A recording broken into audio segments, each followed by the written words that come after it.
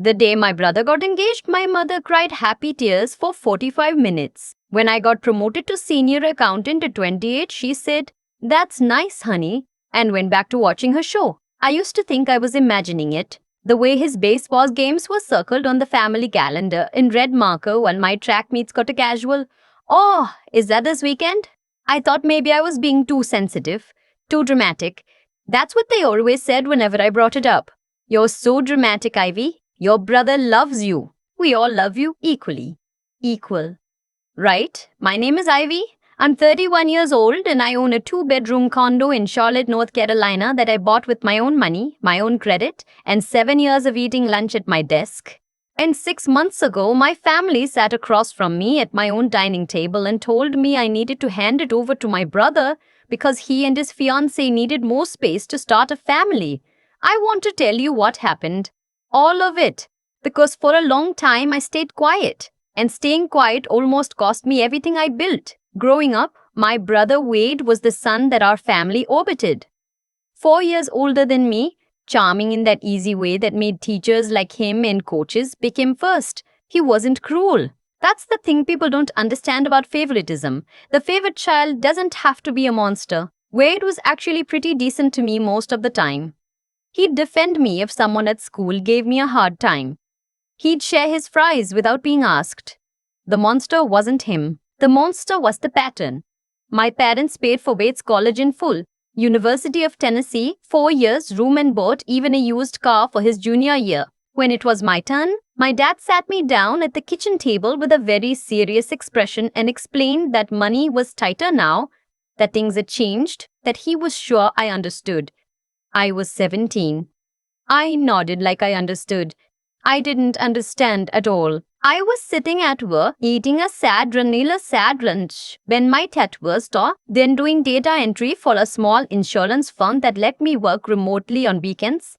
I graduated from UNC Charlotte with $14,000 in loans and zero help from home. Wade graduated debt-free and got a job at my dad's friend's construction company, which handed him a project manager title 18 months in because of who his father knew. I am not bitter about the work. I want to be clear about that. The work made me who I am. What I'm bitter about is that for 15 years, I was told the playing field was level when both my parents were quietly standing on Wade's side of it. After college, I lived in a studio apartment for 2 years and treated my budget like it was sacred text. I tracked every dollar in a spreadsheet.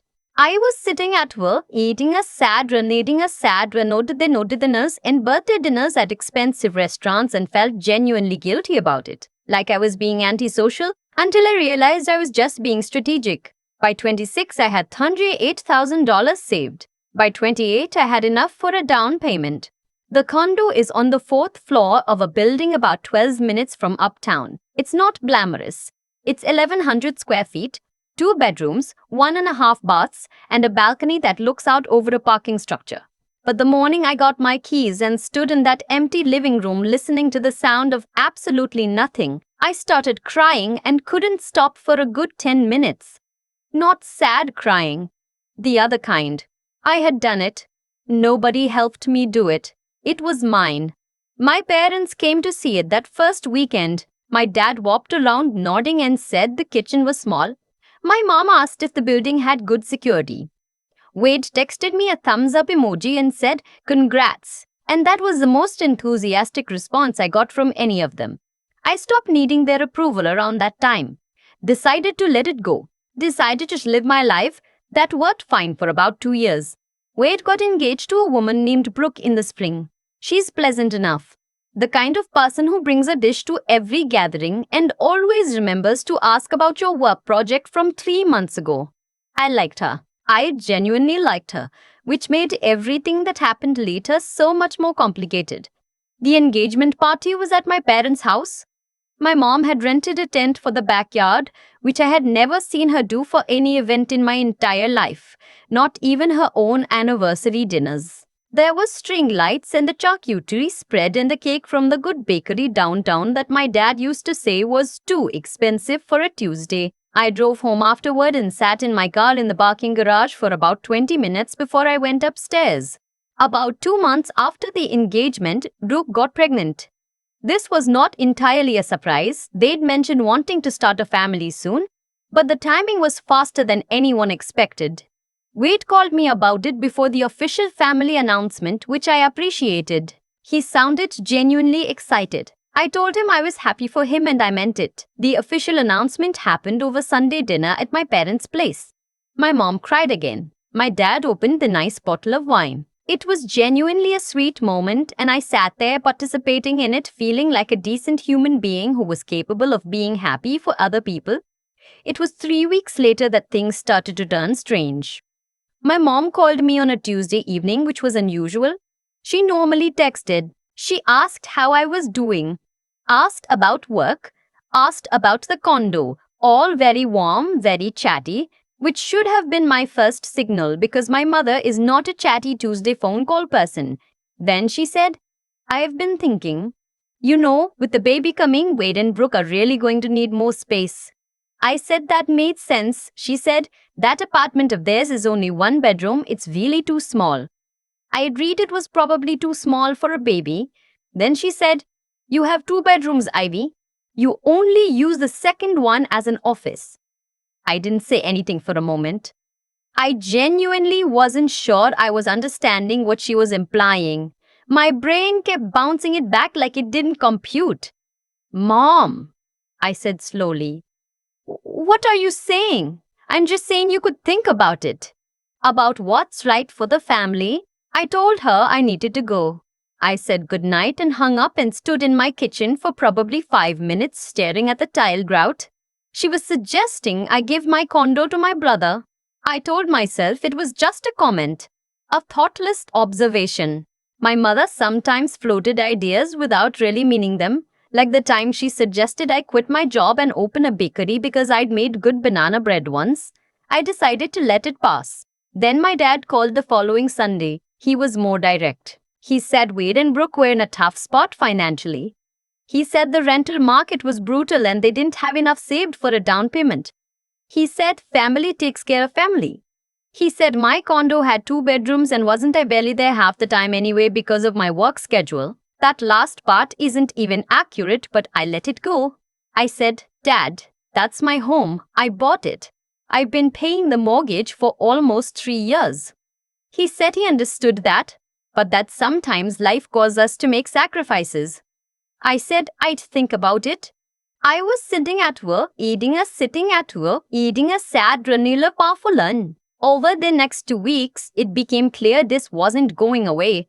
My mom texted me an article about how important it is for babies to have proper space. My dad mentioned twice that Wade and Brooke had looked at apartments and everything decent was way out of their budget. Brooke's name was now being said with a kind of reverence in every sentence. Like her pregnancy had elevated her to a status that required the rest of us to genuflect. I kept my responses neutral. I kept thinking they would drop it. They didn't drop it. They asked to come to dinner at my place. I said yes because I am an idiot who was raised to be accommodating and hadn't yet fully processed that I was dealing with a coordinated campaign.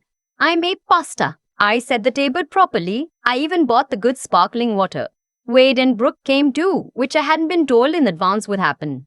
They showed up looking slightly uncomfortable, like they knew something I didn't, which in retrospect they did. My dad waited until we were halfway through the meal to start. He put down his fork very deliberately, which is a gesture I have learned means he is shifting into his serious father mode. And he said, Ivy, your mother and I have talked about this a lot, and we think the right thing, the fair thing, is for you to let Wade and Brooke have this place.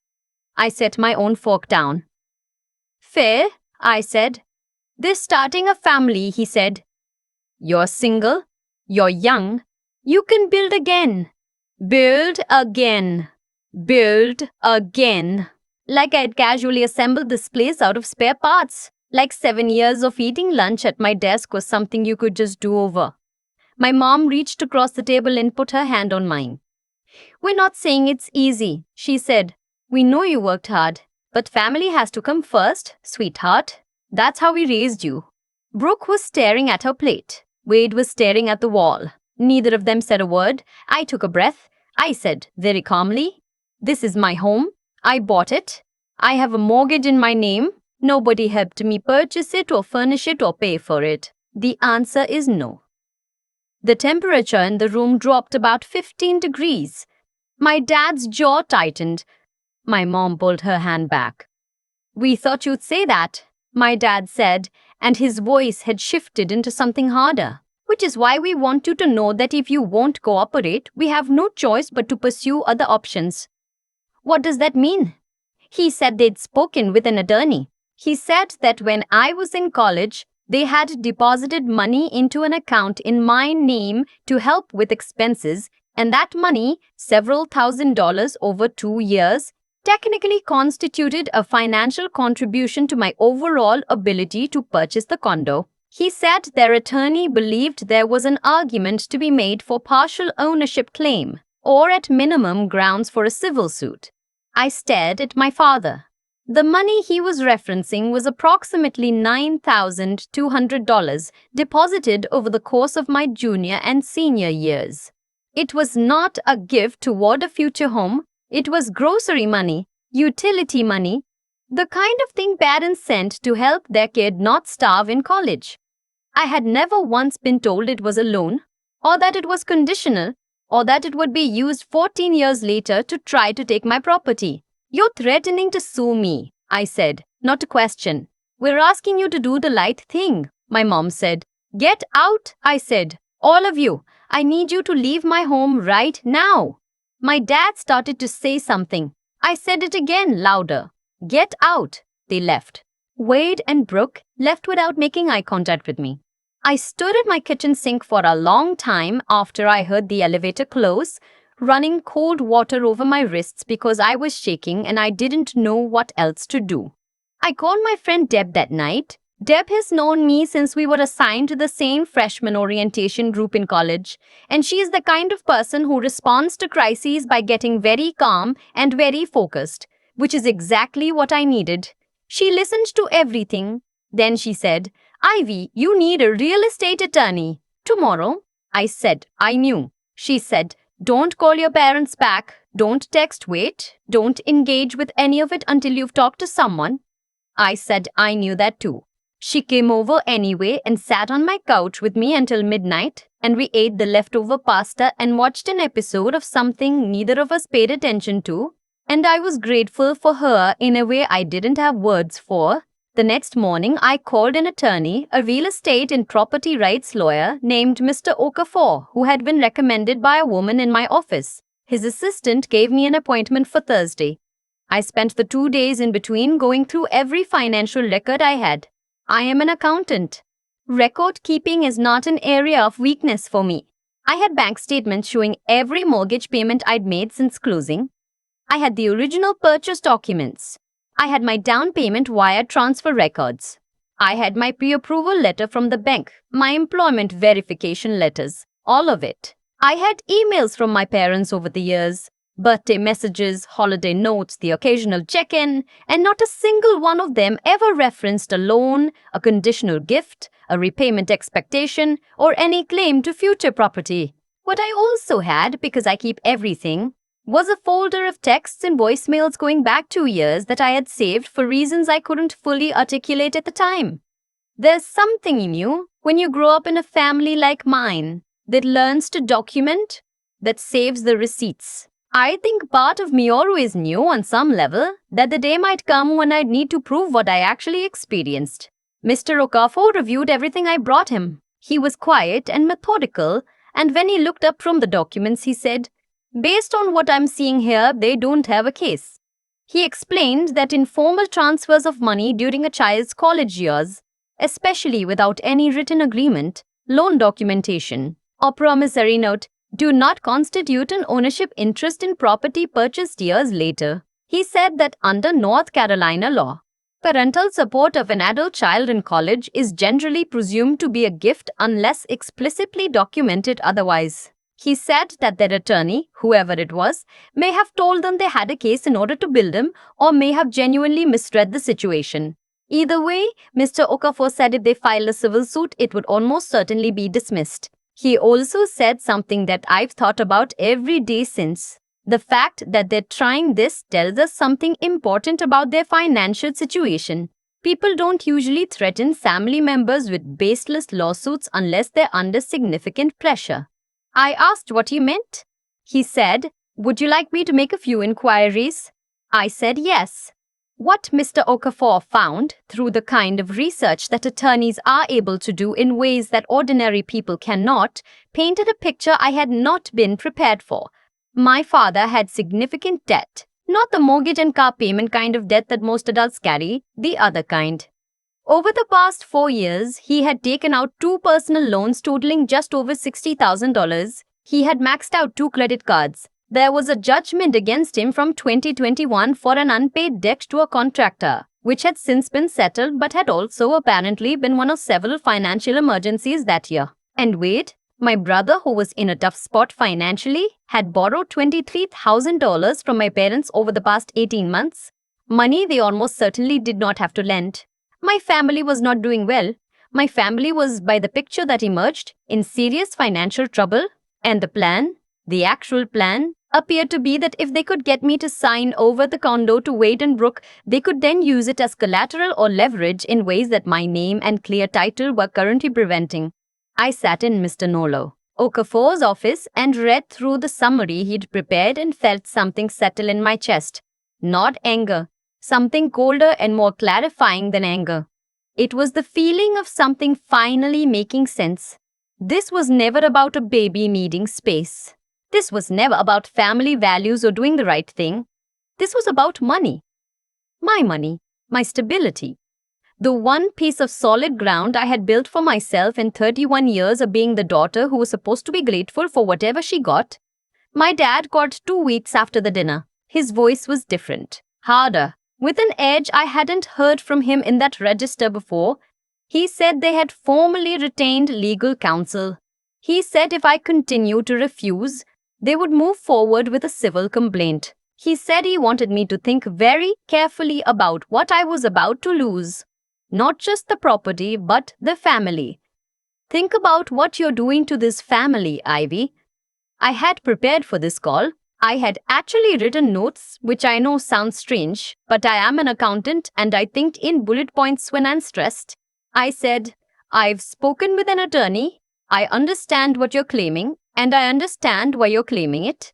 My attorney has advised me that there is no legal basis for your suit and that we will move to have it dismissed. I also want you to know that I am aware of the judgment from 2021 and the personal loans and what Wade owes you. I understand what this is actually about. Silence. If you file a suit, I said, I will countersue for harassment and I will make the financial records part of the public filing. Every document, all of it. My dad said, you wouldn't. I said, I would. I'm sorry, Dad. I love you. But I'm sorry, Dad. I love you. But I'm not doing this. He hung up. They filed anyway. I think they believed I was bluffing, or that I would lose my nerve, or that the emotional pressure of being sued by my own parents would be enough to make me cave. Maybe in a different version of me, at a different point in my life, it would have. But I had Mr.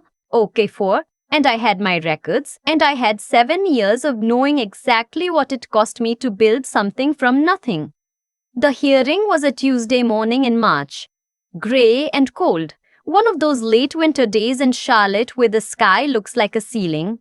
I wore my good blazer. I sat on one side of the room. My parents and their attorney sat on the other. Wade wasn't there. Brooke wasn't there. I don't know if they were ashamed or just finally distant enough to see how far things had gone. Their attorney presented the argument about the college deposits. He presented the theory that parental financial support during my educational years had contributed to my ability to accumulate savings. It was the kind of argument that might sound vaguely plausible to someone who didn't know anything about property law, which is perhaps why someone had convinced my parents it was worth pursuing. Mr. Okafor was methodical and precise. He walked through every mortgage payment. He presented the gift presumption standard under North Carolina law. He entered the complete lack of documentation, no promissory note, no loan agreement, no written condition of any kind, into the record. He noted that the transfers occurred 9 and 10 years before the property purchase and bore no logical or legal connection to it. He also, with my permission, submitted a brief summary of the defendant's current financial circumstances as context for the court. That attorney went quiet in a way that told me everything I needed to know. The judge dismissed the case. She did it without drama, with a kind of flat efficiency that courtrooms use when something is genuinely not worth more time than it's been given. She noted that the claim lacked legal merit. She noted that filing costs would be awarded to me. My parents left without looking at me. I sat in the parking lot for a while after. Not because I needed to collect myself, but because I wanted to let the moment be what it was. I had just been sued by my family. I had just won. I was sitting in a car in a courthouse parking lot in Charlotte in a grey blazer on a Tuesday in March, and I had never felt more like exactly who I was supposed to be. Deb took me to dinner that night. I had the salmon. I had 2 glasses of wine. I told her the whole story in real time, every detail, and she sat across from me with her chin in her hand, listening the way she always listens, like nothing you're saying is less interesting than it deserves to be. How do you feel? She asked when I was done. I thought about it. Like I can breathe correctly, I said. In the weeks that followed, I refinanced my mortgage. With the suit resolved and my title fully clear, my credit profile was clean enough that I qualified for a better rate, lower monthly payment, better terms. The same property that my family tried to take from me was now, officially and irreversibly, worth more to me than before they started. I did not reach out to my parents. I did not reach out to Wade. I was sitting at work, eating a sitting at bar for lunch, when my flater that said simply, I hope you know what you've done to this family. I read it 3 times. I put my phone down. I did not respond. There is a version of this story where I say I hope he can repair things someday, where I talk about the complexity of family and how love doesn't disappear even when trust does. And I'm sure that version is true in some abstract sense. I do not wish bad things on my parents or my brother. But I also know what I know now. I know what the plan was. I know whose stability they were willing to sacrifice and whose they moved heaven and earth to protect. I know that when the moment came, they chose my property over their relationship with me. And I have to hold that truth alongside whatever residual love remains and figure out how to carry both. Some mornings I stand on my balcony with coffee and look out at the parking structure and think about the version of me from 7 years ago. Eating leftovers at her desk, watching her checking account like it was something fragile that needed guarding. She was right to guard it. She built something real. I kept the condo, I kept the records, I kept the receipts, I kept myself. I still have the folder, the one with every bank statement, every mortgage confirmation, every email my parents sent me over a decade that never once mentioned a loan or a condition or a claim. I keep it in the filing cabinet in my second bedroom, the one my dad called a waste of space, the one I use as an office, the one that is still mine. People sometimes ask me if I feel guilty, if I lie awake thinking about my parents, about Wade, about what the family looks like now that the lawsuit is over and nobody is pretending anymore. And the honest answer is sometimes, not often, but sometimes at the edge of a quiet evening, I feel the ghost of something that used to be there. Some version of belonging that I wanted so badly for so long that I mistook the wanting for the real thing. But here's what I've come to understand. Turning it over in my mind the way you turn over a stone to see what's underneath. Outcomes are not random. What happened to my family didn't happen because life is cruel or unfair in some cosmic arbitrary way. It happened because of choices.